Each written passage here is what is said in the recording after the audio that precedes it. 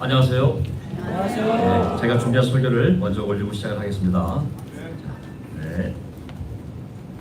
오늘 제가 준비한 이 파워포인트가 이 건물하고 맞지 않아서 좀 글자가 잘 안 보일 수가 있습니다. 우리 그런 분들은 각자 그 성경책과 스마트폰을 사용하셔도 될 것 같습니다. 오늘 성찬 나눠준 정은경 자매님, 어머니도 옆에 앉아 계시고 또 오빠, 또 여동생 다 함께 성경 공부를 했던 기억이 납니다. 아내와 함께 온 집안이 예수를 믿고 어려운 시간을 함께 이기는 걸 생각하면 좀 하나님께서 놀랍게 그 가정을 사용하셔서 우리 모두에게 영감을 주셨다고 생각합니다. 오늘 특별한 십자가 메시지 감사합니다. 아멘.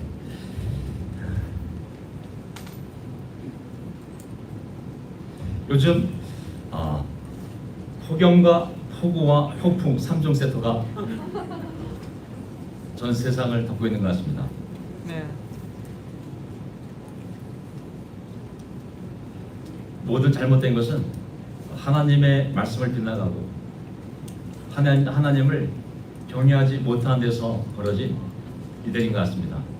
자연이나 사람이나 어려울 때일수록 우리는 하나님께로 돌아가서 어디서부터 무엇이 빗나가는지 그리고 어떻게 회복해야 되는지 알아보는 것이 우리가 해야 할 마땅한 일인 것 같습니다.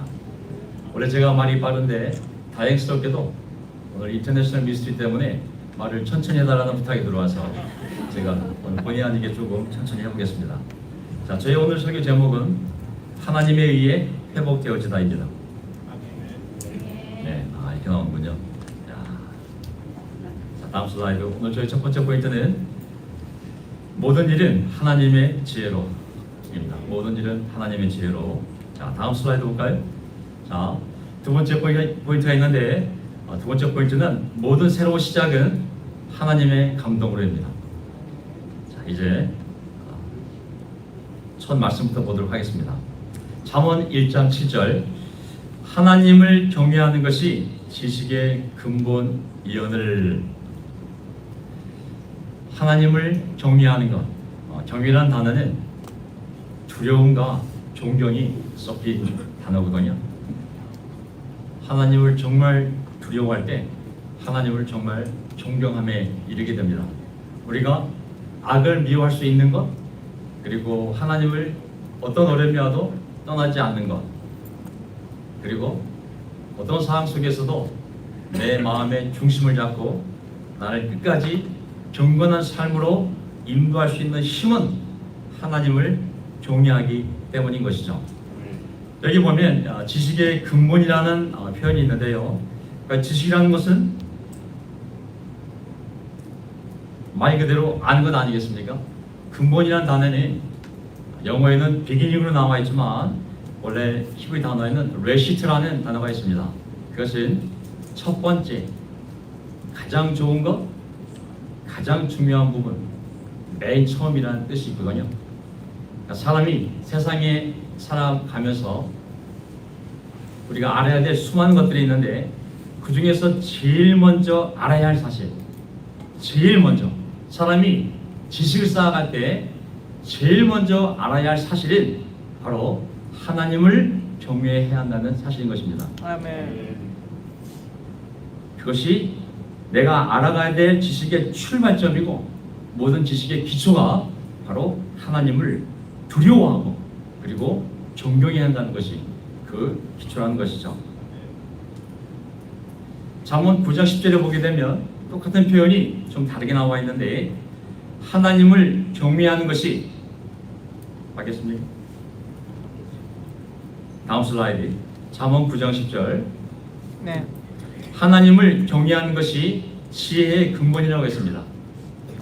아까 지식의 근본이라고 했잖아요. 이번에는 지혜의 근본이라고 했습니다.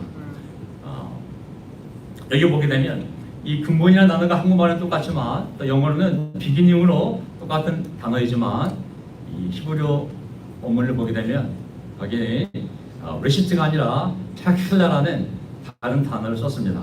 그러니까 뭐냐면 어떤 연속된 사건이 있을 때 그 첫 번째라는 의미가 바로 이 단어의 의미입니다. 하나님을 경외하는 것이 지혜의 첫 번째, 어떤 것을 쌓아갈 때 제일 첫 번째 있어야 되는 것이 하나님을 경외하는 것이라고.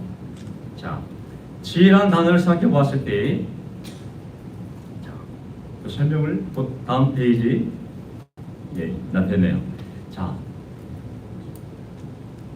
지혜의 근본은 하나님을 경외하는 것인데, 지혜라는 단어는 우리가 여러 번 배웠습니다. 지혜라는 것은 첫째는 인간이 살아가면서 필요한 모든 분야에서의 기술이 지혜이고, 또 하나는 한 사람이 도덕적으로 윤리적으로 최상의 삶을 살 수 있도록 인도해 주는 그 지혜를 우리는 이 지혜로 알고 있습니다. 왜냐하면 왜 이 지혜가 필요하냐면 하나님이 이 지혜로 호크마 아시죠? 주석서에도 호크마 주석서가 있잖아요. 이 지혜로 세상을 만드셨고 또 세상을 운영하고, 또 하나님이 이 지혜로 사람을 만드시고 사람의 인생을 운영하시기 때문에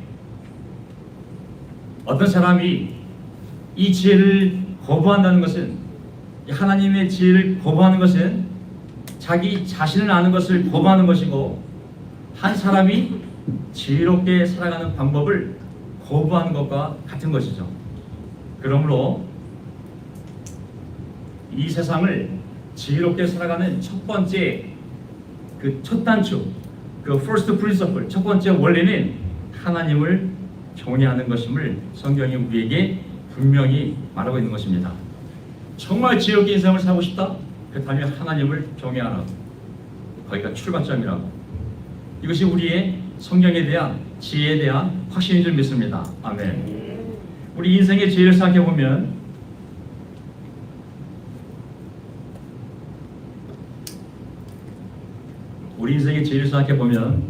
저는 나이가 들수록 어떻게 된 것이 점점 더 일이 많아지고 바빠지는 것 같습니다. 안 그렇습니까? 맞습니다. 네. 특히 가정 내에서만 보더라도, 교회는 둘째치고 가정 내에서만 보더라도 정말 이렇게 시간이 지날수록 여유가 생겨야 되는데 점점 더 삶이 바빠진다는 걸 느끼거든요. 저는 첫 번째 제 가정 안에서 제일 바쁜 부분이 저희 어머니, 저희 부모님과의 관계입니다. 하나님이 준 지혜는, 저에게 준 지혜는 디모데전서 5장 4절, 디모데전서 5장 4절. 페이지 넘겼습니까? 네. 다음 페이지. 네. 어떤 과부에게 자녀들이나 손자들이 있으면 그들은 먼저 자기네 가족에게 종교상의 의무를 행하는 것을 배워야 하고, 어버이에게 보답하는 것을 배워야 합니다. 이것이 바로 하나님께서 그들에게 원하시는 일입니다. 아멘. 네. 이게 제가 알고 있는 제 부모에 대한 확실한 하나님의 지혜입니다. 그래서 5장 8절, 디모데전서 5장 8절, 누구든지 자기 친척, 특히 가족을 돌보지 않으면 그는 벌써 믿음을 저버린 사람이요 믿지 않는 사람보다 더 나쁜 사람입니다. 디모데전서 5장 8절 말씀입니다. 아멘. 에베소 6장 2절, 너의 부모를 공경하라 고 하신 계명은 약속이 딸려 있는 첫째 계명인데, 그 계명의 약속은 뭐냐면 네가 잘 되고 앞으로 들어가 살 땅에서 오래 살 것이다 라는 약속이라는 것이죠. 저희 어머니는 86세로 혼자 사시는데 저희 부부는 매주 월요일 날 어머니와 함께 식사하는 것을 루틴으로 삼고 있습니다. 성경을 보게 되면 우리의 좋은 미래가, 앞으로 살아갈 미래의 땅이 자식에게 달려있는 것이 아니라 부모에게 달려있음을 얘기하고 있습니다. 네. 제가 지혜롭게 잘 순종하고 있습니다. 아멘. 아멘. 우리 자녀들한테도 많은 에너지가 들어가죠. 많은 에너지가. 저도 중1짜리 딸이 하나 있는데 하나님이 막둥이를 주셔가지고 아내와 함께 중학교 1학년을 키우면서 많은 걸 배우고 있습니다. 하루하루가 아슬아슬합니다. 딸이 하나 있기 때문에 함부로 얘기할 수 있어요. 네. 잠언 13장 1절을 보게 되면 지혜로운 아들, 딸들은 아버지의 가르침, 아버지의 훈계를 듣지만 거만한 사람은 꾸지람을 듣지 않는다. 저희가 이제 평일 저녁에 저희는 딸과 함께 저와 아내 셋이서 아들이 이미 출가했기 때문에 따로 살기 때문에 셋이서 가족 예배를 드립니다. 근데 이제 이런 구절이 나오면 아주 통쾌하죠. 셋이 돌아가면서 구절을 읽을 때 일부러 제가 딱 진이가 이 구절 읽을 수 있도록 순서를 짭니다. 근데 이 구절을 보게 되니 너무 감사하게도 이 번역자가 지혜로운 아들, 딸자를 집어넣었어요. 성경 본문에는 아들이거든요, 사실. 근데 딸자를 집어넣어줘가지고 얼마나 감사한지 모르겠어요. 그래가지고 얼마나 지혜로운 가르침입니까? 제가 얘기하지 않아도 하나님 말씀이 제 딸에게 직접 얘기하잖아요. 아멘. 다음 페이지 13장 24절 보게 되면 매를 아끼는 자는 그의 자식을 미워하는 자이다. 자식을 사랑하는 자는 훈계를 게을리하지 않는다. 자유의지를 저에게만 준 것이 아니라 우리 자녀들에게도 하나님이 주셨는데 그 자녀를 양육할 때 이 매라는 단어는 이 쉐베트라는 막대기라는 단어입니다. 원래는 근데 그것이 자문에서는 훈육의 상징으로 사용되어 있기 때문에 그것을 맨매로 해석을 한 것이죠. 훈육입니다. 훈육. 훈육이라는 것은 뭐냐면 그 부모가 자녀들이 잘못된 길로 가지 않도록 미리 예방적으로 책망하는 것이죠. 그리고 만약에 아이들이 잘못 갔다면 일어난 일에 대해서 교정하는 징계가 바로 이 매로 표현되는 훈육입니다. 훈계. 그것을 아끼는 자는 그의 자식을 미워하는 자라고 했습니다. 얼마나 강한 확신을 하나님의 지혜가 우리에게 주는지 모르겠습니다. 그래서 자식을 사랑하는 자는 훈계를 게을리하지 않는다고 나와 있는데 이 본문에 나와 있는 단어들을 그냥 문자적으로 번역을 하게 되면 게을리하지 않는다가 아니라 간절히 열심히 한다고 나와 있습니다. 이걸 이렇게 바꿀 수가 있죠. 훈육을 다음 페이지 13절 24절 네. 훈육을 아끼는 자는 그의 자식을 미워하는 자요 자식을 사랑하는 자는 훈계를 간절히 열심히 한다. 저는 이제 아이들 키우지만 요즘 체벌과 아동학대가 간격이 많이 좁아졌습니다. 사랑의 매와 아동학대가 거의 붙어있는 상태입니다. 우리 지혜롭게 계속 하나님의 지혜 말씀에 의지해서 우리 자녀들에 대해서 그 기준을 갖고 지혜롭게 다음 페이지 에베소 6장 4절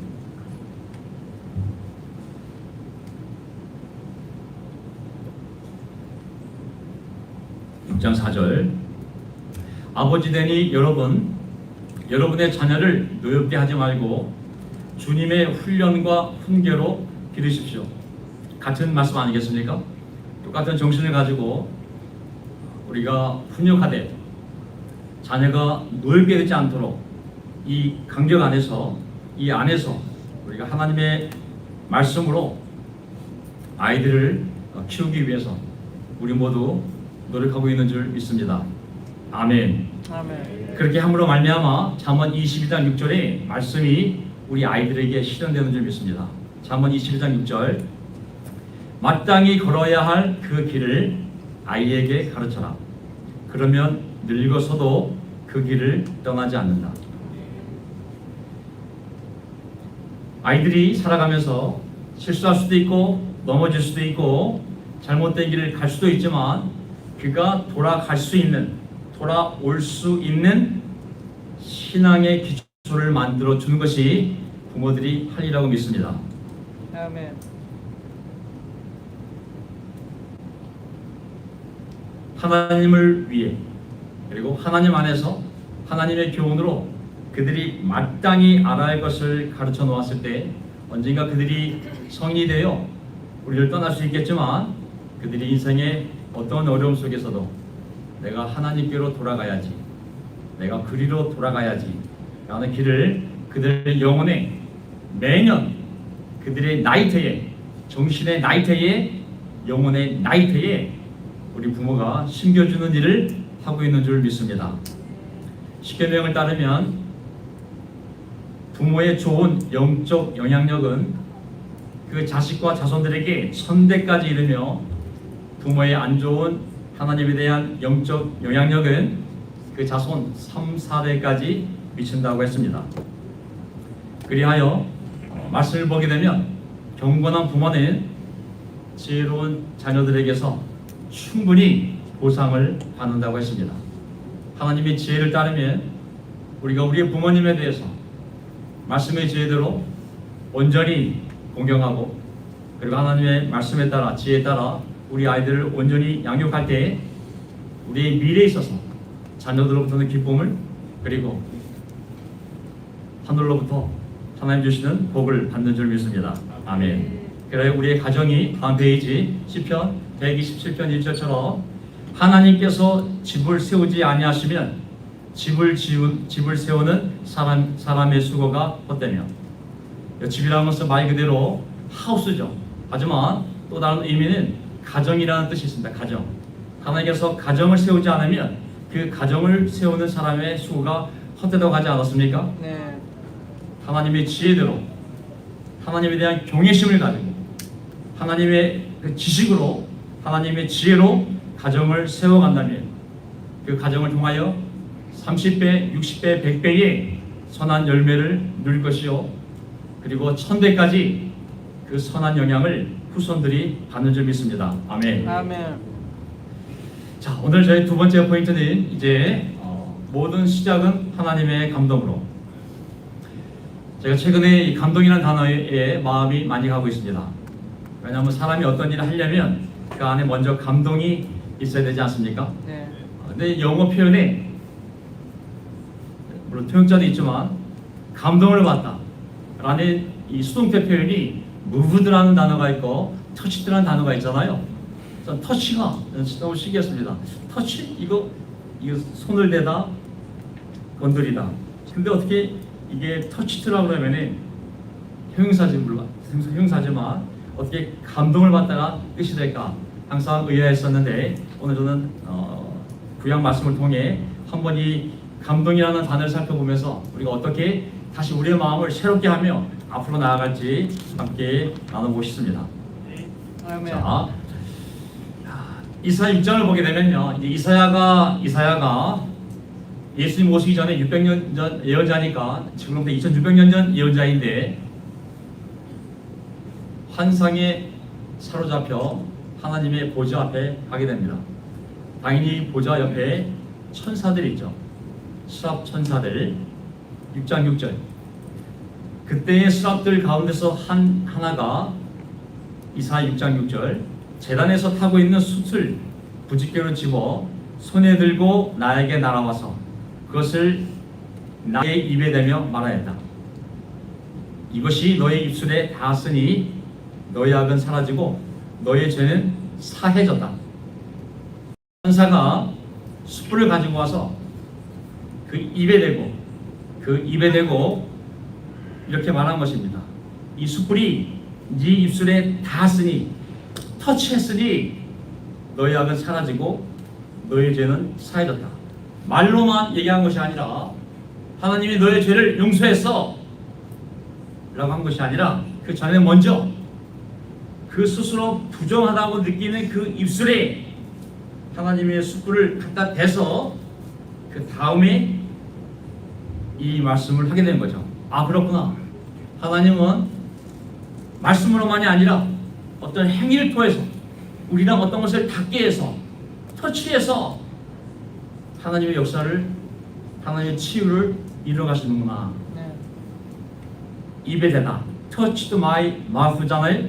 이 touch라는 단어가 히브리어로 나가라는 단어가 있습니다.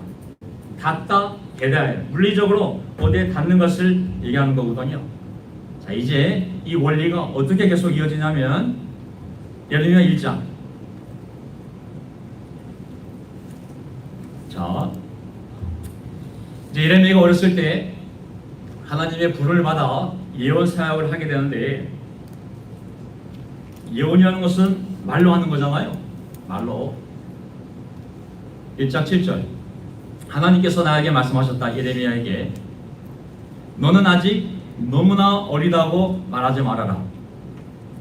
내가 너를 누구에게 보내든지 너는 그에게로 가고 내가 너에게 무슨 명을 내리든지 너는 그대로 말하여라. 그런 다음에 주님께서 손을 내밀어 내 입에 대시고, 하나님이 손을 내밀어 내 입에 터치, 내 입을 만지시고 내게 말씀하셨다. 내가 나의 말을, 하나님의 말씀이죠, 말을 너 입에 맡긴다. 가서 선포하라고.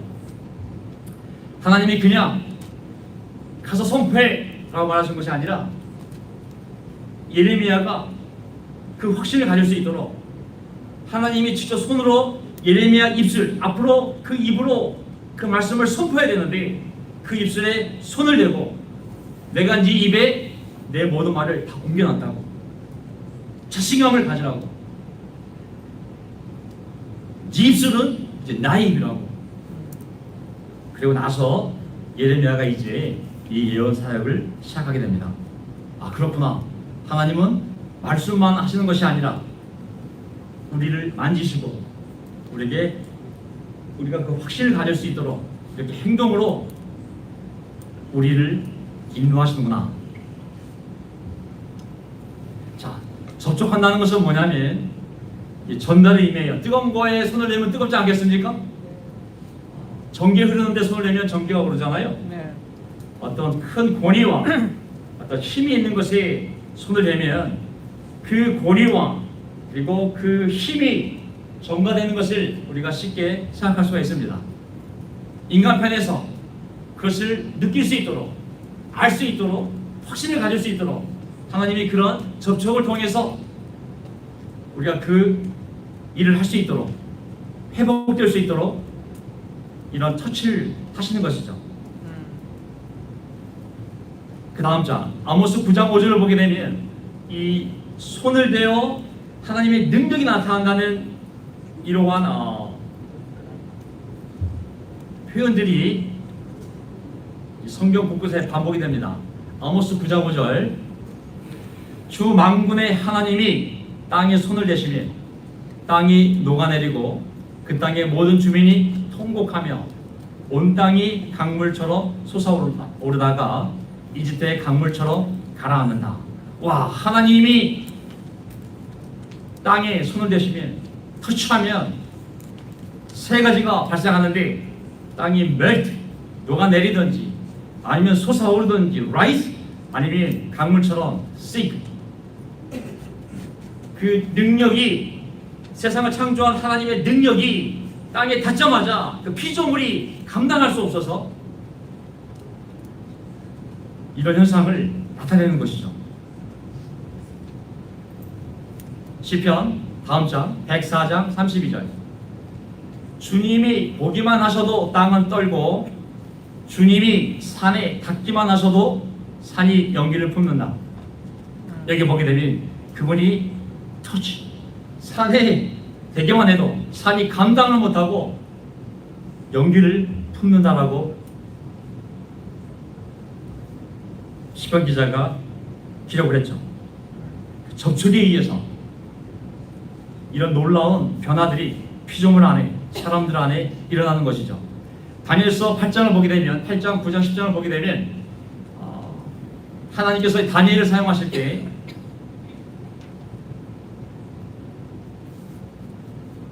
옛날 구약시대의 사람이 천사를 보면 엄청 두려워했죠. 두렵지 않겠습니까? 네. 뭐 지나간 얘기지만 제가 예전에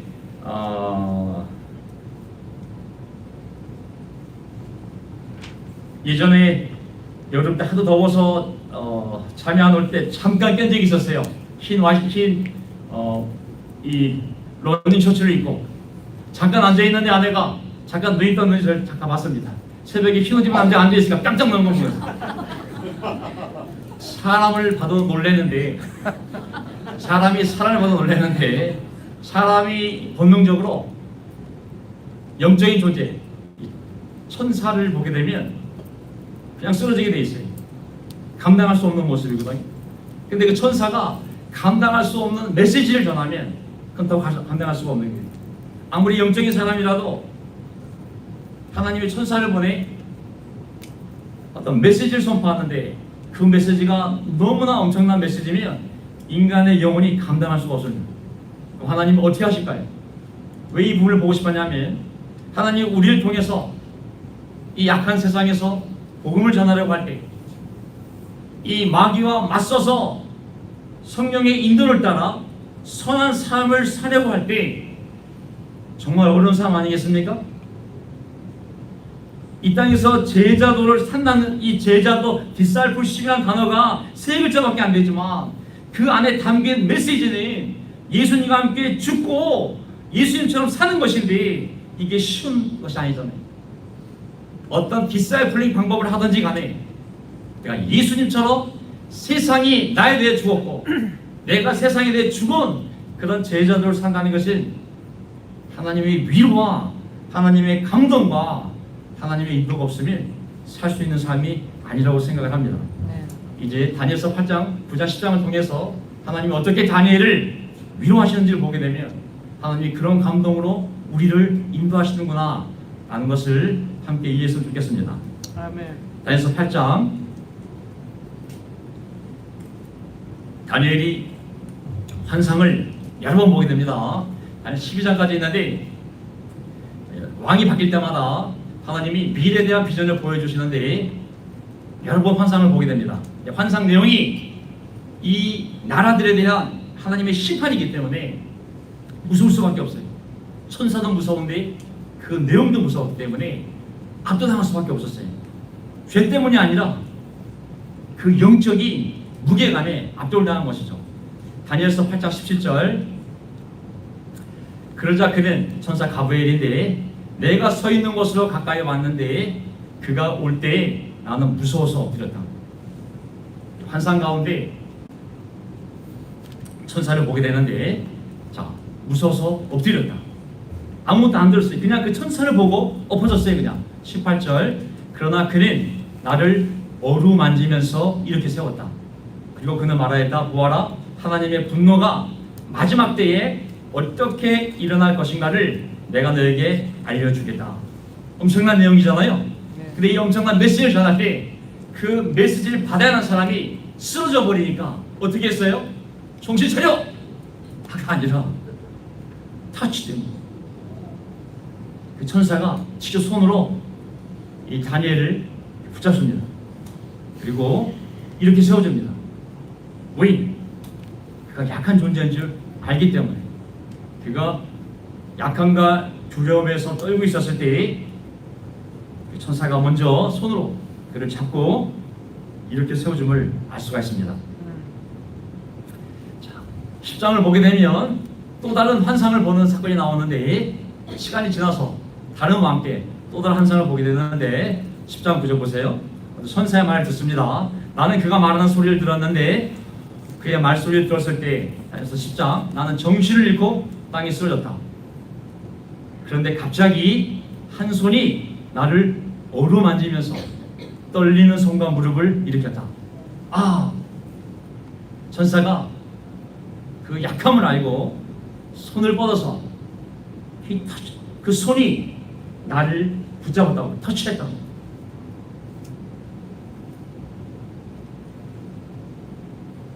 그리고 나서 천사가 전할 메시지를 전했겠죠.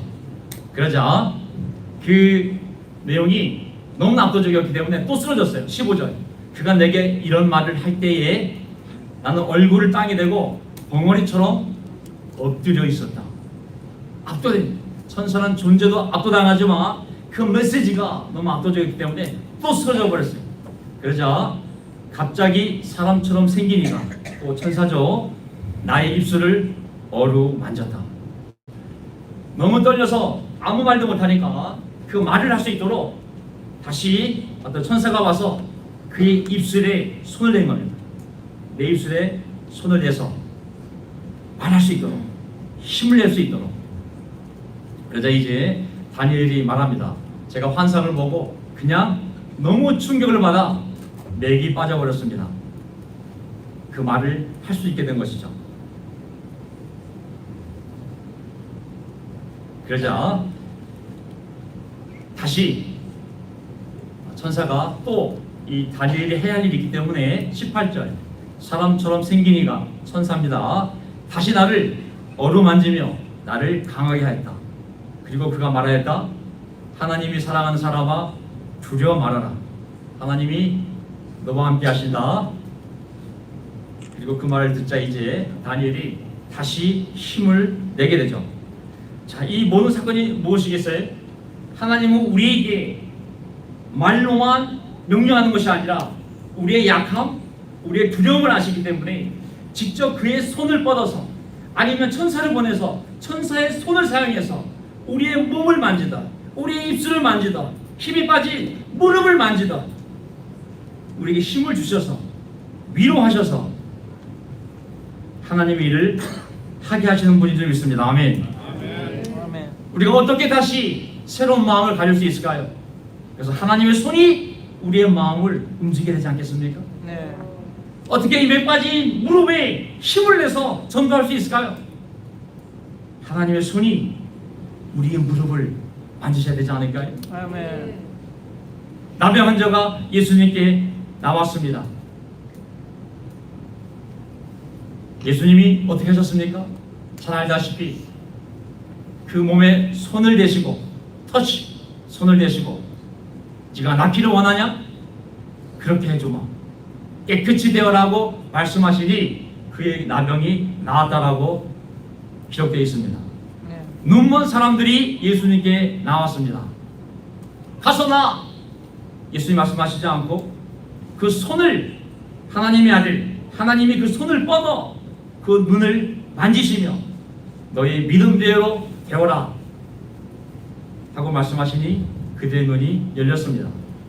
베드로가 물에 빠졌을 때 베드로가 예수님을 보고 바다 위에서 걷다가 물에 빠졌을 때 예수님이 그 모습을 보고 믿음이셨구나 당장 나와 라고 한 것이 아니라 손을 내밀어 그의 손을 잡고 그를 배 안에 들이신 줄 믿습니다.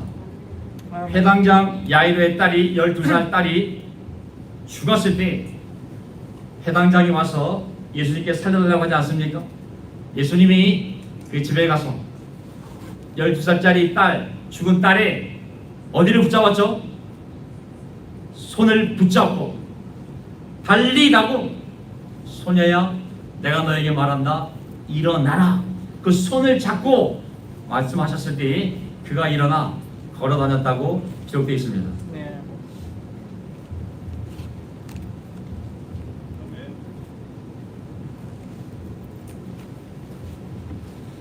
예수님을 하나님의 아들로 알아본 자들이 모든 지역에서 나와서 예수님의 옷자락이라도 만지면 나을 것이라는 믿음을 가졌고 그리하여 예수님의 옷을 만진 사람들, 예수님의 옷에 터치한 사람들이 모두 나았음을 우리는 잘 알고 있습니다.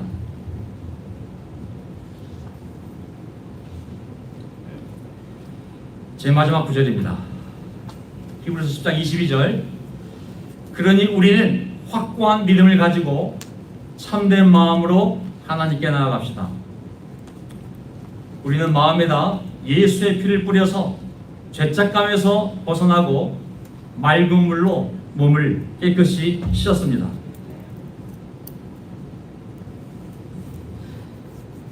사람의 죄는 오직 하나님의 아들 예수 그리스도의 십자가의 피에 닿을 때만 용서되어지는 줄 믿습니다. 아멘. 아멘.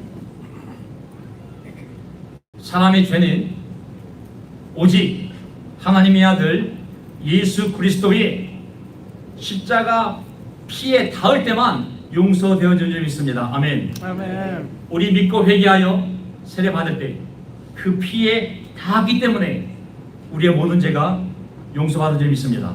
아멘. 또 세례받은 이후에 우리가 진심으로 회개할 때 그 피에 우리의 마음이 닿아서 우리의 모든 죄가 용서받는 줄 믿습니다. 개인이든 가정이든 교회이든 살 길이 하나밖에 없습니다. 그것은 우리가 믿음을 갖고 하나님의 지혜이시자 구원의 능력자이신 예수 그리스도께로 가는 것, 그 길밖에 없습니다. 아멘. 어떤 개인의 상황이 되었던, 가정이 어떤 지경이 되었던, 교회가 어떤 상황에 놓였던, 살아가는 길은 그분의 옷을 붙잡는 것이요, 그분의 손이 우리를 만지는 것입니다. 아멘. 그 길 외에는 우리가 다시 일어날 길이 없습니다. 우리가 다시 하나님의 일을 할 수 있다면, 할 수 있는 힘은 우리 안에 있는 것이 아니라 그분의 능력의 손이 우리의 마음과 우리의 몸과 우리 입술에 닿을 때 우리가 다시 새로운 마음을 가지고 나아가는 줄 믿습니다. 아멘. 이제 제 설교를 정리하겠습니다. 교회 안에서, 가정 안에서, 사회 안에서 어떤 일을 하든지 간에 우리 모든 일을 하나님의 지혜로 합니다. 아멘. 아멘. 우리가 새로운 출발을 하기 위해서 우리 각자의 지역에 다 있지만 그 자리에서 먼저 우리가 예수님을 통하여 아멘 하나님의 감정으로 우리의 마음이 먼저 움직여지고 힘을 내고